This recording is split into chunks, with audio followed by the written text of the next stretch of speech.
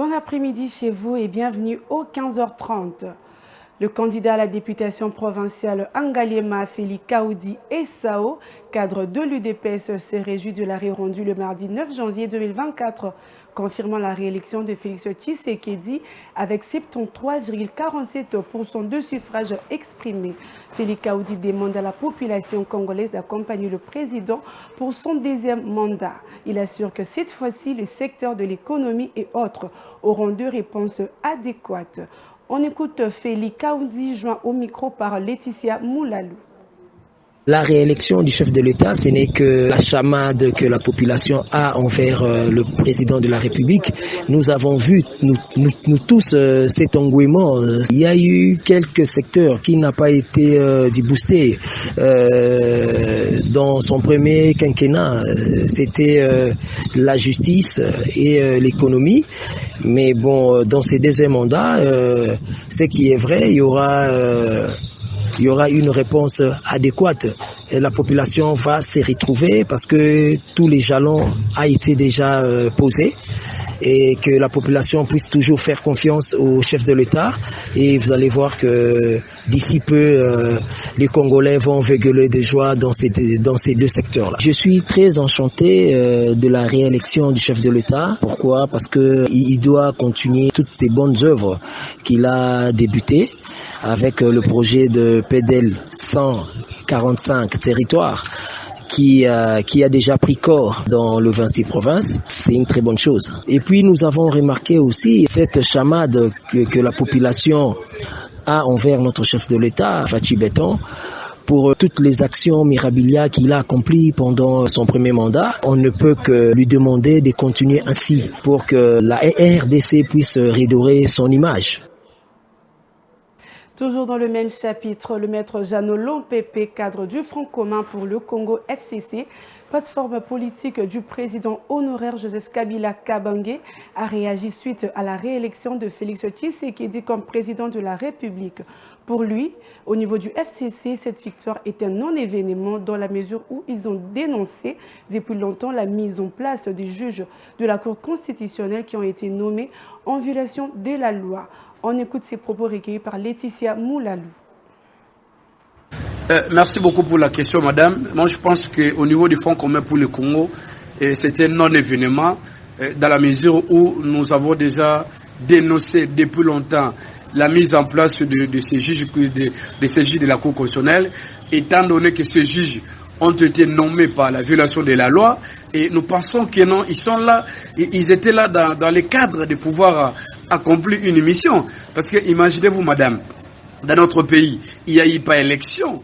Il s'agit là de simulacres des élections. Et que la Cour constitutionnelle vient encore une fois de plus d'assassiner la démocratie, de détruire la démocratie congolaise, que nous avons quand même construit cela. Parce que si vous comprenez bien, madame, comment la Cour constitutionnelle, la haute juridiction de la République, qui est censée de pouvoir réguler la vie politique, de réguler les institutions de la République, malheureusement, aujourd'hui, le peuple congolais a compris que non, cette Cour est là à la sorte de M. Tshisekedi Tshilombo, et que la Cour constitutionnelle confirme la fraude électorale, parce qu'on ne peut pas imaginer, madame, comment expliquer que non, M. Denis Kadima et son bureau, ils ont invalidé un certain nombre de candidats à cause de tricherie, et que la plupart de tous ces candidats de l'Union sacrée, ce sont des gens qui ont voté M. Tshisekedi Tshilombo, et que la Cour constitutionnelle, au lieu de se référer avec tout ce qui est en termes des preuves devant sa Cour, malheureusement, la Cour constitutionnelle joue aussi son rôle, c'est-à-dire de pouvoir confirmer la fraude, de pouvoir instaurer, n'est-ce pas, un régime de la fraude dans notre pays.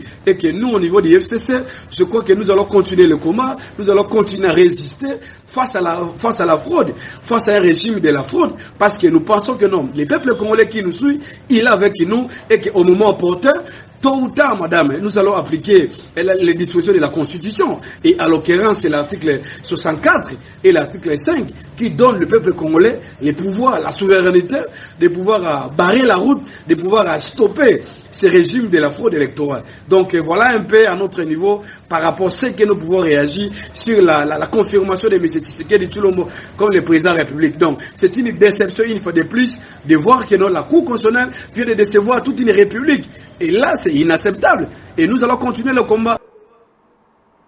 Changeons de chapitre à présent. Le conseil d'administration du Fonds monétaire international FMI en sigle a accordé au Mozambique une aide budgétaire de 60 millions de dollars dans le cadre de l'accord de la facilité élargie de crédit. Cette réévaluation porte le total de décaissement au titre du programme de facilité de crédit de 456 millions de dollars. Suivez. Le conseil d'administration du Fonds monétaire international a accordé au Mozambique une aide budgétaire de 60 millions de dollars dans le cadre de l'accord de la facilité élargie de crédit. Selon un communiqué du FMI publié vendredi dernier, cette initiative a pour objectif de relancer l'économie et favoriser une croissance inclusive par le biais de réformes structurelles dans ce pays d'Afrique australe. Cette réévaluation porte le total de décaissement au titre du programme de facilité élargie de crédit de 456 millions de dollars approuvé en 2022 à environ 273 millions de dollars, a indiqué le FMI lundi dernier. L'examen du FMI montre que, sur base des performances du programme, le gouvernement mozambicain a adopté des mesures substantielles pour faire face de façon résolue aux défis macroéconomiques et se conformer pleinement aux exigences de l'agence, notamment le maintien d'une perspective budgétaire conforme aux objectifs fixés. L'accord triennal devrait soutenir la reprise économique et politique visant à réduire la dette publique du Mozambique tout en créant un espace pour les investissements publics dans le capital humain, l'adaptation au climat et les infrastructures. L'ancien gouverneur de la Banque centrale du Nigeria avait été arrêté en juin 2023, puis libéré en décembre de la même année contre une caution de 300 000 € sans comparaître devant le tribunal. Une violation de ses droits fondamentaux. C'est ainsi que la Haute Cour d'Abuja a qualifié la détention de Godwin Emefiele, commentaire de Mika Moutaïta. Une violation de ces droits fondamentaux, c'est ainsi que la Haute Cour d'Abuja a qualifié la détention prolongée de Godwin Emefiele, l'ex-gouverneur de la Banque centrale du Nigeria. Arrêté en juin puis libéré en décembre contre une caution de 300 000 € sans comparaître devant un tribunal. La justice vient de condamner le gouvernement nigérian et l'agence anticorruption a versé à l'intéressé 100 000 € pour détention illégale. En outre, la Haute Cour de la capitale nigériane a par ailleurs interdit toute nouvelle arrestation de Godwin Emefiele sans un mandat en bonne et due forme. Alors qu'elle refute les accusations de détention illégale, la commission anticorruption du pays a fait savoir qu'elle va faire appel de la décision de la Haute Cour d'Abuja. L'ancien gouverneur de la Banque centrale du Nigeria est visé par une enquête pour fraude. Place à présent à la revue de presse.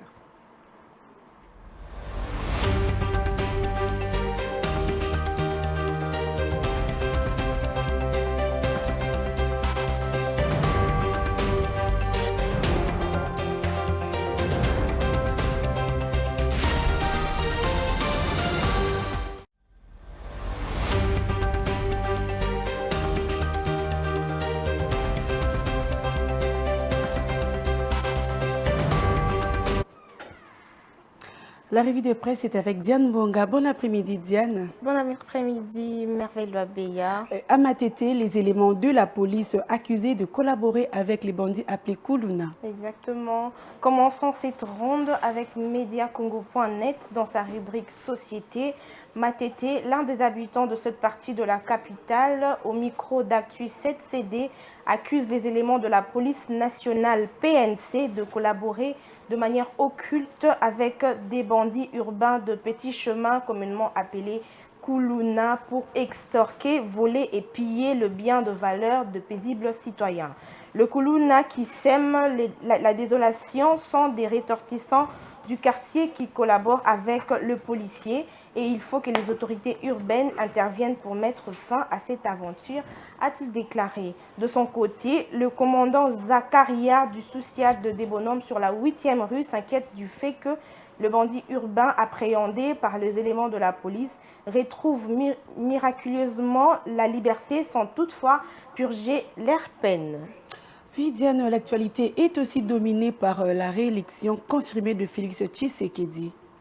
Le phare, pour sa part, enseigne que Félix Tshisekedi Tshilombo se succède à lui-même. La Cour constitutionnelle a confirmé hier, mardi 9 janvier 2024, en début de soirée, le résultat provisoire de l'élection présidentielle du 20 décembre 2023, proclamé par la Commission électorale nationale indépendante, CENI en sigle, en date du dimanche 31 décembre 2023. Le dit résultat rappelle tant représenter le président sortant comme gagnant de l'élection présidentielle de décembre 2023. Félix Tshisekedi venait largement en tête du suffrage avec 73,47%, devançant ainsi toute la concurrence, dont le premier poursuivi direct n'avait que quelques 18% et les troisièmes seulement 5%. Puis un député provincial recherché par la police militaire pour la création d'un mouvement insurrectionnel à Maguina. Exactement. 7sur7.cd, pour sa part, rapporte que la nouvelle a été mise à la portée du public le mardi 9 janvier 2024 à Maguinia par l'armée à travers son secteur opérationnel Sakola Grand Nord. D'après son porte-parole, le péché de Alain Kasereka Siwako est d'avoir créé un mouvement insurrectionnel qui s'attaque aux éléments de FARDC dans cette agglomération. Le capitaine Anthony Moalou Chahi, porte-parole du secteur opérationnel Grand Nord, affirme que les députés provinciaux est recherché par la justice. Le général-major Kassongo Maloba Roger et une délégation de l'auditorat conduite par l'auditeur de garnison a quitté Béniville mardi afin de faire la lumière sur ce qui se passe à Maguinia. De son côté, le député Alain Kasereka Siwako a rejeté toutes les accusations portées contre lui. Il s'agit d'un montage fait par un certain Anthony Mwalouchaï qui n'est pas à son premier forfait. Il n'y a aucun indice qui prouve qu'un groupe armé négatif serait mené. On parle sport dans cette revue de presse. Sébastien Dessapre fait appel à un 25e joueur. Terminons avec cet élément de sport paru sur actualité.cd. Omenuku Fulu a été rappelé par le staff technique de la sélection nationale de la République du Congo, RDC en sigle. C'est Las Palmas D1 Espagne, le club du joueur, qui a annoncé la nouvelle sur les réseaux sociaux. Le milieu défensif international congolais ne faisait pas partie de 24 joueurs convoqués en première instance par Sébastien Desabre sur sa première liste. Il est le 25e joueur sur cette liste et le staff technique congolais peut encore prendre 2 autres joueurs comme le recommande la Confédération africaine de football, CAF en sigle, pour cette compétition. La question qui peut se poser maintenant est de savoir pourquoi cette convocation à cet instant, alors que Sébastien Desabre avait donné les raisons de la sélection de joueurs. C'est la fin de la lecture de journaux. Merci Diane Monga, merci à vous pour votre attention. C'est la fin de cette session d'information. Merci de l'avoir suivi et bonne suite de programme sur Mondico Télévision.